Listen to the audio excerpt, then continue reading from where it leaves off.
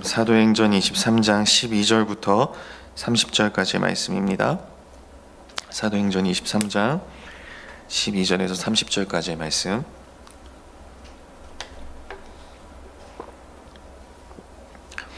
우리 한 절씩 교독하고 마지막 30절은 함께 읽도록 하겠습니다.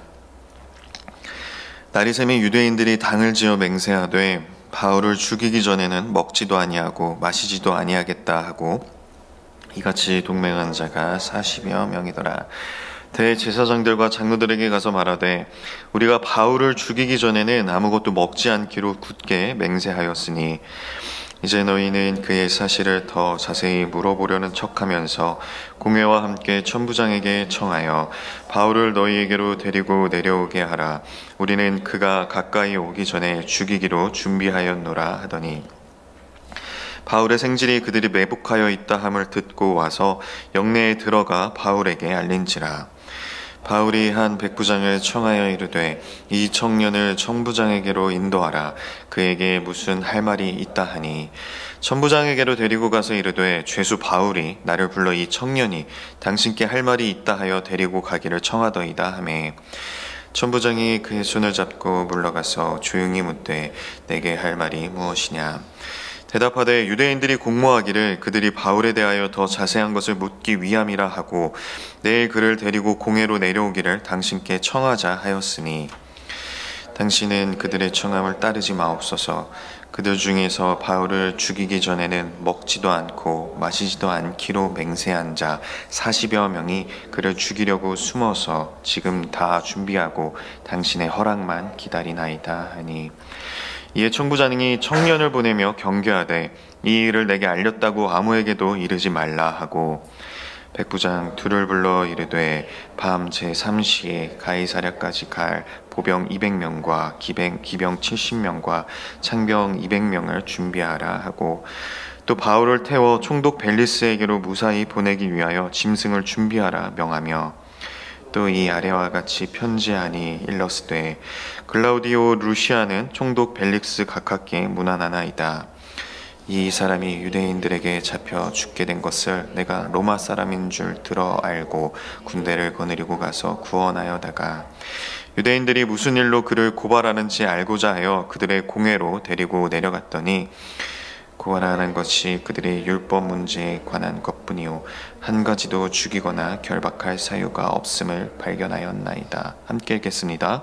그러나 이 사람을 해하려는 관계가 있다고 누가 내게 알려주기로 곧 당신께로 보내며 또 고발하는 사람들도 당신 앞에서 그에 대하여 말하라 하였나이다 하였더라. 아멘. 네, 이 새벽 주님 전 나오신 여러분 한 분 한 분에게 또 온라인으로 함께 하시는 모든 분들에게 주님의 은혜와 평강이 가득하기를 주님의 이름으로 축복합니다.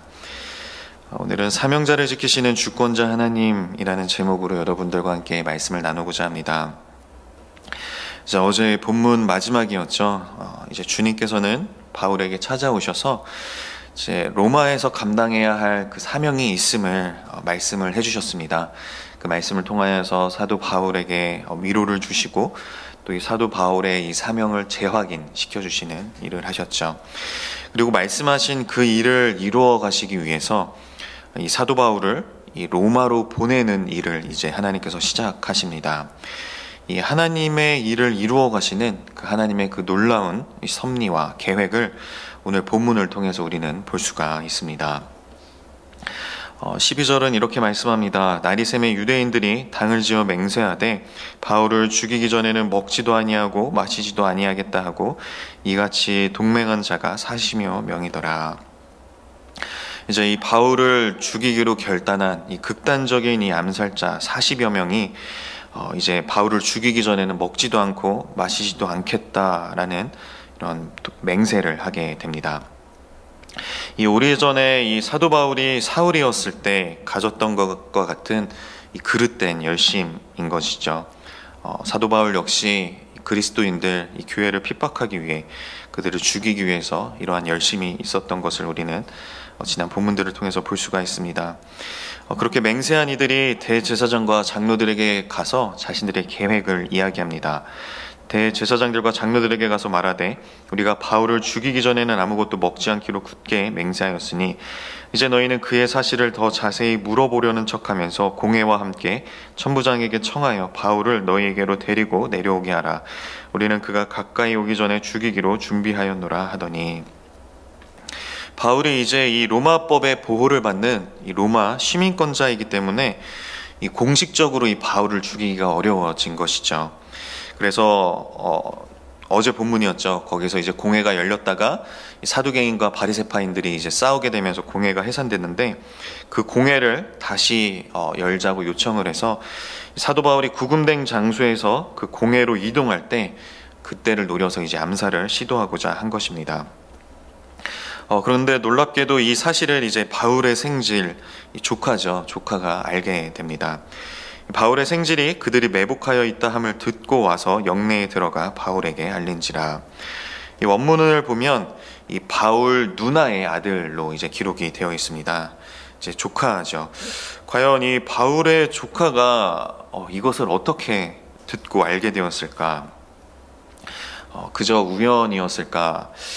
하나님께서 하시는 일에 결코 우연이 없죠. 하나님께서 이 사도 바울을 이 로마로 보내시기 위해서 하나님의 그 주권적인 그 섭리 가운데 하나님께서 이 일들을 이루어 가심을 우리는 볼 수가 있습니다. 그 이야기를 들은 바울은 이제 백부장을 불러 청하게 됩니다. 이 바울이 한 백부장을 청하여 이르되 이 청년을 천부장에게로 인도하라. 그에게 무슨 할 말이 있다 하니 천부장에게로 데리고 가서 이르되 제수 바울이 나를 불러 이 청년이 당신께 할 말이 있다 하여 데리고 가기를 청하더이다 하매. 여기서 보면 이 바울의 조카 역시 참 믿음이 대단한 것으로 보입니다. 이 바울의 조카 입장에서는 자칫 이러다가 이 바울과 동조하는 이 바울의 공범으로 몰리게 돼서 같이 바울과 함께 구금이 되거나 아니면 또 이 공회나 이 재판을 바울과 함께 받을 수도 있는 그럴 위험도 충분히 있었을 것입니다. 하지만 이 바울의 조카는 그러한 위험을 무릅쓰고 이 바울을 살리는 일에 어떻게 보면 자신의 또 목숨을 걸고 이렇게 나서는 것을 볼 수가 있죠. 이제 천부장 앞에 선 이 사도 바울의 이 조카가 이 내용을 이제 보고하게 됩니다. 천부장이 그의 손을 잡고 물러가서 조용히 묻되 내게 할 말이 무엇이냐. 이제 로마 시민권자인 이 바울의 신변에 아주 신중한 모습을 보이는 이 천부장의 모습을 볼 수가 있습니다. 이 천부장의 질문에 이제 사도 바울의 조카가 이 자초지정을 쭉 이제 설명을 하죠. 그래서 20절 또 21절에 어떤 일이 벌어지고 있는지 천부장에게 보고를 합니다. 그 이야기를 들은 이제 천부장이 조치를 취하는 내용이 22절부터 24절까지 기록되어 있습니다. 이에 천부장이 청년을 보내며 경계하되 이 일을 내게 알렸다고 아무에게도 이르지 말라 하고 백부장 둘을 불러 이르되 밤 제3시에, 그러니까 밤 9시이죠. 밤 9시에 가이사랴까지 갈 보병 200명과 기병 70명과 창병 200명을 준비하라 하고, 총 470명이죠. 이 정도 규모는 이제 예루살렘 성전 수비대의 절반에 맞먹는 엄청난 대규모의 병력입니다. 이 병력을 바울 한 사람을 위해서 이제 준비하는 것을 볼 수가 있습니다. 또 바울을 태워 총독 벨리스에게로 무사히 보내기 위하여 짐승을 준비하라 명하며 이제 바울을 태울 이 마차를 준비하라는 것이죠. 이 한낱 죄수인 사도 바울이 이렇게 놀랍게 엄청난 병력의 호위를 받으면서 마차를 타고 이제 호송을 받게 되는 것을 볼 수가 있습니다. 이 모든 환경을 주관하셔서 이 사명을 맡기신 하나님의 종을 지키고 돌보시는 이 하나님의 모습을 또 우리는 볼 수가 있죠. 그렇게 한 다음에 이제 천부장 이 글라우디오 루시아가 총독 벨리스 각하에게 이제 자초지정을 설명을 합니다. 27절을 보면 이 사람이 유대인들에게 잡혀 죽게 된 것을 내가 로마 사람인 줄 알고 군대를 거느리고 가서 구원하여다가, 천부장은 실제랑 다르게 좀 보고를 하고 있죠. 자신에게 유리하게 서술을 하고 있습니다. 만약 사도 바울이 자신이 로마 시민권자인 것을 밝히지 않았다면 이 군중들에게 선동되어서 채찍질을 하려고 했었던 그 천부장이 그러한 내용들은 다 빼고 유대인들에게 잡혀 죽게 된 걸 자기가 이제 가서 구원하게 되었다라고 이제 편지 내용을 써서 보내는 것을 볼 수가 있습니다. 그래서 사도 바울을 공회로 내려갔다가 이제 죽이거나 결박할 사유가 없음을 이제 발견하게 되었고, 그래서 이제 총독 이 벨리스 각하에게로 이제 이송을 한다. 이렇게 죽이려는 이들이 있어서 이렇게 보내게 된다라는 이 내용을 쓰고 있는 것으로 오늘 본문은 마무리를 하고 있습니다. 이 오늘 본문을 통해서 우리가 분명히 기억해야 할 것이 있는데, 그것은 바로 우리가 하나님께 모든 것을 다 온전히 전적으로 맡겨야 한다라는 것입니다. 오늘 본문을 보면 하나님께서 하나님의 뜻대로 일들을 이루어 가시는 것을 볼 수가 있습니다. 중요한 것이 이 내 뜻이 아닌, 내 계획이 아닌 하나님의 뜻대로 일들을 이루어 가신다라는 것이죠. 하나님의 뜻, 그것이 바로 선이기 때문입니다. 하나님께서는 합력하여 선을 이루어가는 분이시죠.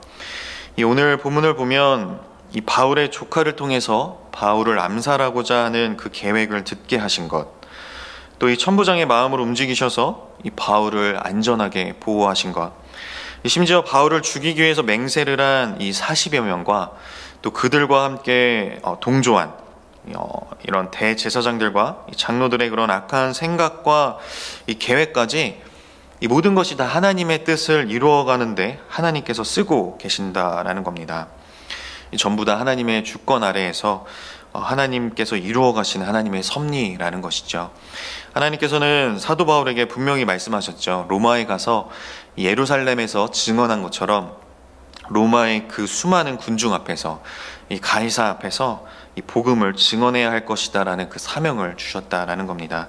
그 사명을 이루어 가시기 위해서 바울의 조카, 천부장, 또 암살자들, 또 이 대제사장과 장로들까지 이 모든 것들이 다 합력하여 결국 하나님의 뜻을 이루어가는 그 선을 이루어 가시는 것을 우리는 볼 수가 있다라는 것입니다.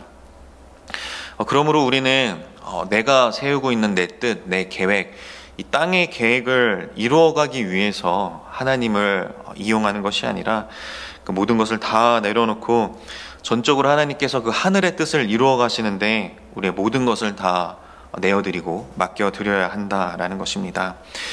그리고 이렇게 하나님께 온전히 다 맡겨드렸다면 하나님만을 철저히 신뢰하며 나아가야 한다라는 것이죠. 오늘 본문을 보면 참 두려운 일이죠. 누군가 나를 죽이기 전에는 먹지도 않고 마시지도 않겠다, 이 맹세를 했다라는 그런 사실을 알게 되면 얼마나 섬뜩하고 또 무섭겠습니까? 그런데 그렇게 식음을 전폐하고 나를 죽이고자 하는 사람들이 40여 명이다.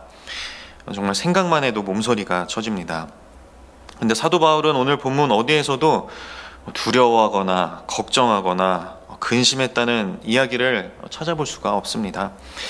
어떻게 사도 바울은 이렇게 요동 없이 평안할 수 있는가? 이 사명을 맡기신 종을 지키시기 위해 이 모든 환경을 또 주관하시는 그 하나님만을 철저히 신뢰했기 때문입니다. 하나님께서는 감히 이 암살자들이 접근조차 못하도록 470명이나 되는 이 대규모의 군대로 사도 바울을 호위해 주십니다. 사도 바울도 이 정도의 규모는 정말 상상도 못했을 것입니다. 하나님은 이처럼 우리가 미처 알 수 없는, 감히 상상조차 할 수 없는 그런 크신 지혜로 우리를 지키시고 또 인도하신다라는 겁니다. 그러니 하나님께 다 맡기셨다면 이런 신실하신 하나님, 정말 우리는 상상할 수도 없는 크신 지혜를 갖고 계신 그 하나님만을 철저히 신뢰하며 나아가시기를 바랍니다. 그럴 때 하나님께서 우리를 인도하시는 그 인도하심을 또 우리는 또 하나님의 그 섭리를 볼 수가 있다라는 것이죠. 우리가 또 한 가지 기억해야 할 것은 29절에서 말씀하고 있는 것처럼 고발하는 것이 그들의 율법 문제에 관한 것뿐이요 한 가지도 죽이거나 결박할 사유가 없음을 발견하였다라는 것입니다. 만약 사도 바울에게 결박할 만한 사유가 있었다면 하나님께서 다 책임져 주시고 알아서 해주시겠지 하며 사도 바울이 하나님의 뜻이다라며 불법을 자행했다면 과연 복음 전파가 온전히 이루어졌을까요? 이런 바울의 모습이 하나님의 결코 영광이 되지 않았을 것입니다. 이 사도 바울에게서 한 가지도 죽이거나 이 결박할 사유가 없었다라는 이 말씀을 통해 우리는 사도 바울이 하나님 앞에서 어떻게 살았는지를 유추해 볼 수가 있죠. 혹시라도 자신의 말과 행동이 하나님의 그 영광을 가리거나 이 복음 전파에 방해가 될까 싶어 늘 주의하며 살았을 것입니다. 이 세상에서 빛과 소금의 역할을 감당하며 이 주위에 덕을 끼쳤을 것입니다. 우리에게도 그러한 자세가 필요합니다. 이 세상 사람들은 우리의 말과 행동을 통해서 이 그리스도를 보고 또 그리스도의 향기를 맡기 때문이죠. 이 그리스도인이라는 이름에 걸맞는 그런 삶의 모습으로 하나님께 영광을 올려드리고 또 주위에 덕을 끼치는 우리 모두가 다 되었으면 좋겠습니다. 하나님께서는 놀라운 계획과 이 섭리 가운데 우리를 인도해 가십니다. 하지만 그렇다고 해서 하나님께서 알아서 해주시겠지 하며 우리가 아무것도 하지 않으면서 이 나태와 방종에 빠져도 되는 것은 아니죠. 우리를 인도하시는 하나님께 모든 것을 맡기고 철저히 신뢰하며 이끄시는 대로 순종하며 나아가야 하는 우리의 자세 역시 필요합니다. 또한 그런 우리의 모습, 또 우리의 삶 자체가 사도 바울처럼 복음을 증거할 수 있음을 늘 기억하며 어디에서 누구를 만나듯 죽게 하듯 하는 우리 모두가 되어야 할 줄로 믿습니다. 이 바울을 통해 일하셨던 하나님께서 오늘날 동일하게 우리를 통해 일하실 줄로 믿습니다. 우리를 통해 일하시는 그 하나님의 영광을 드러내는 귀하고 복된 하루가 되셨으면 좋겠습니다. 어디에서 무엇을 하시든지 누구를 만나시든지 하나님께 귀하게 쓰임 받으시면서 하나님을 나타내는, 하나님을 드러내는 저와 여러분들 모두가 다 되기를 주님의 이름으로 축복합니다. 기도하겠습니다. 하나님 아버지 감사합니다. 오늘 이 하루 저희에게 허락하신 이 생명의 말씀을 통하여서 저희들이 하나님 앞에 어떠한 모습으로 나아가야 하는지를 깨닫게 하시니 감사합니다. 하나님께서 하나님의 그 섭리 가운데 하나님의 주권으로 저희들의 모든 상황과 환경을 이끌어 가심을 이 사도 바울의 모습을 통하여서 보게 됩니다. 사도 바울을 죽이고자 하는 그 암살자들, 또 그거에 동조하는 그런 대제사장과 서기관들, 이런 악한 사람들을 통하여서도 하나님께서는 합력하여 선을 이루어 가심을 보게 됩니다.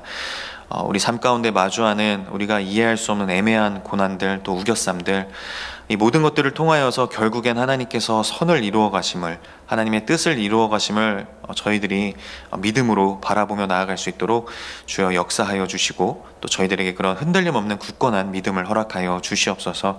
그 믿음 가운데 철저히 하나님을 신뢰하며 나아가는 저희들이 다 되기를 원합니다.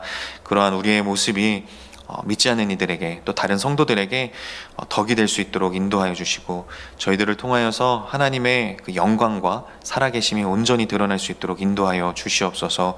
오늘 하루 저희들이 어디에서 무엇을 하든지 누구를 만나든지 그러한 자세로, 그러한 모습으로 살아갈 수 있도록 역사하여 주시고, 저희들을 통하여서 살아계신 주님을 믿지 않는 이들이 볼 수 있도록, 만날 수 있도록, 그리스도의 향기를 맡을 수 있도록 저희를 통하여 역사하여 주시고 일하여 주시옵소서. 예수님의 이름으로 축복하며 기도하옵나이다. 아멘.